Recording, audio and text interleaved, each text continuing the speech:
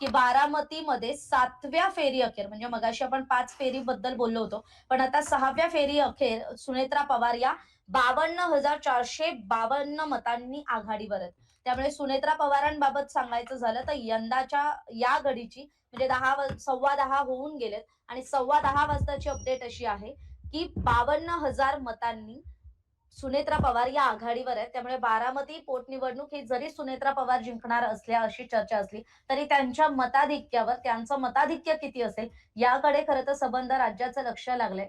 कारण अजितदादा गेल्यानंतरची ही पहिली निवडणूक आहे आणि सुनेत्रा पवार या निवडणुकीच्या रिंगणात उतरल्यानंतर सर्व पक्षीयांनी म्हणजे अगदी थेट मुख्यमंत्री देवेंद्र फडणवीस यांनी आपल्या शेवटच्या ज्या प्रचार सभेसाठी ते आले होते, त्यावेळेस त्यांनी मतदारांना उद्देशून स्पष्ट म्हटलं होतं, की आम्ही जरी बडे नेते बारामतीत आलो नसतो, तरी तुम्ही सुनेत्रा वहिनींना बहुतांश म्हणजे अ, अ, ऐतिहासिक रेकॉर्ड ब्रेक अशी मतं देऊन विजयी केलंच असतं.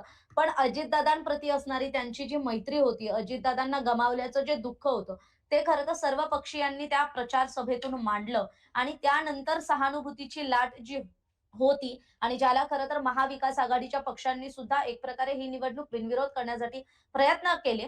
पण ती बिनविरोध होऊ शकली नाही. आणि मग आज आपण मतदानास्वरूपी मतदार राजानं जे दिलेला निकाल आहे, त्याचे अपडेट्स बघतोय आणि आताची अपडेट अशी आहे, की सुनेत्रा पवारांना 52,452 मतांची आघाडी मिळालेली आहे आणि त्यांच्या विरोधातले जे इतर अपक्ष 22 उमेदवार आहेत, ते मात्र काही किरकोळ मतं म्हणजे अगदी 70-80 मतं घेऊन खरं तर उमेदवार रिंगणात आहेत.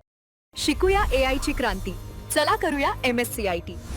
आजच नजीकच्या MSCIT केंद्रात आपला प्रवेश निश्चित करा.